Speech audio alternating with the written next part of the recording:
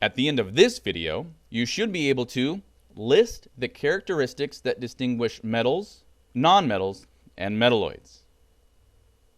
Chapter 1, Section 3, Types of Elements. The periodic table is broadly divided into two main sections, metals and nonmetals. As you can see in the periodic table, which is figure 1-12 on page 21 of your text, the metals are at the left and in the center of the table. The nonmetals are toward the right. The elements along the dividing line show characteristics of both metals and nonmetals. Metals. Some of the properties of metals may be familiar to you. For example, you can recognize metals by their shininess or metallic luster.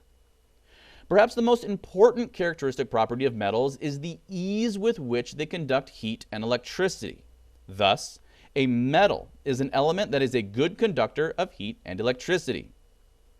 At room temperature, most metals are solids. Most metals also have the property of malleability. That is, they can be hammered or rolled into thin sheets. Metals also tend to be ductile, which means that they can be drawn into a fine wire. Metals behave this way because they have high tensile strength, which is the ability to resist breaking when pulled. Although all metals conduct electricity well, metals also have very diverse properties. Mercury is a liquid at room temperature, whereas tungsten has the highest melting point of any element. The metals in group 1 are so soft that they can be cut with a knife, yet others, like chromium, are very hard. Some metals, such as manganese and bismuth, are very brittle, yet others, such as iron and copper, are very malleable and ductile. Most metals have a silvery or grayish-white luster.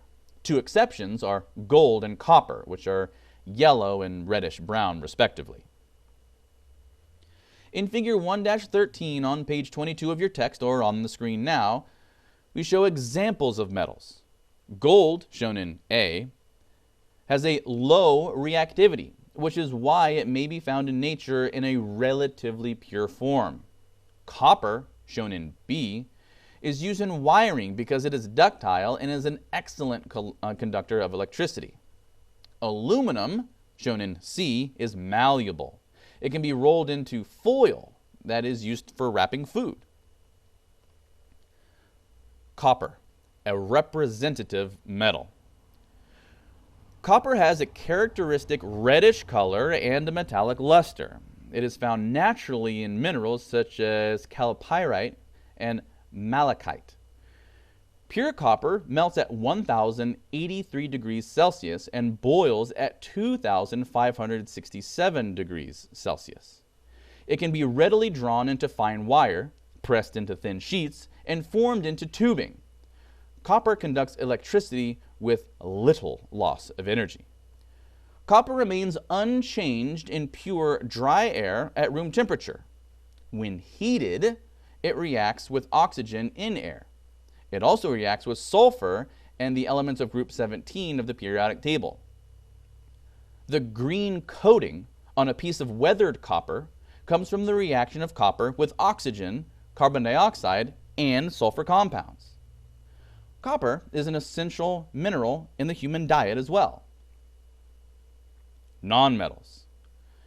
Many nonmetals are gases at room temperature.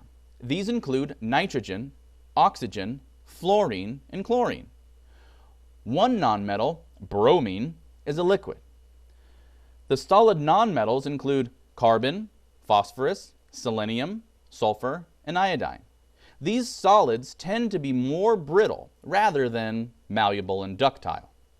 Low conductivity can be used to define nonmetals. A nonmetal is an element that is a poor conductor of heat and electricity. If you look back at figure 1-12 earlier in this lecture or on page 21 of your text, you will see that there are fewer nonmetals than metals. Some nonmetals are illustrated in Figure 1-14 on page 23 of your text or on the screen now.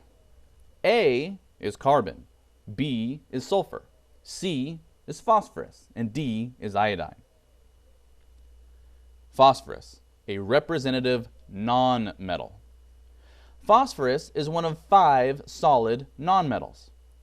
Pure phosphorus is known in 2 common forms. Red phosphorus is a dark red powder that melts at 597 degrees Celsius.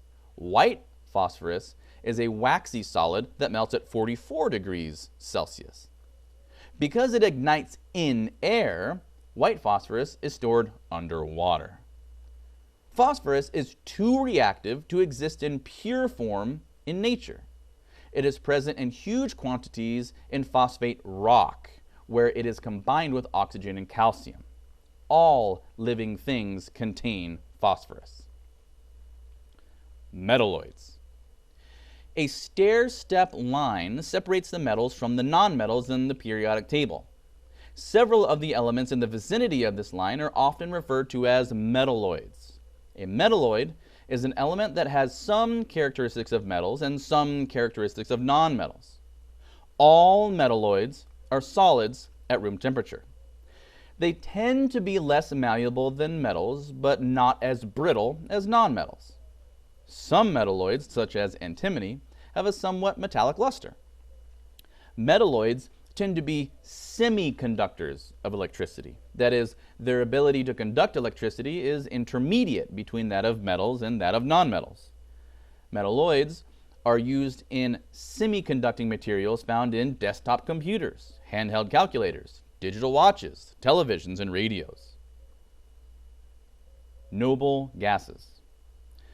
The elements of group 18 of the periodic table are the noble gases. These elements are generally unreactive. In fact, prior to 1962, no noble gas compounds had been identified.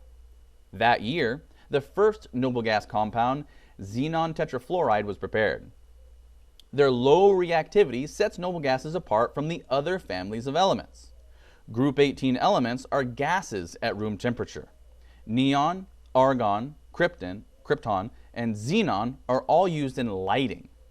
Helium is used in party balloons and weather balloons because it is less dense than air.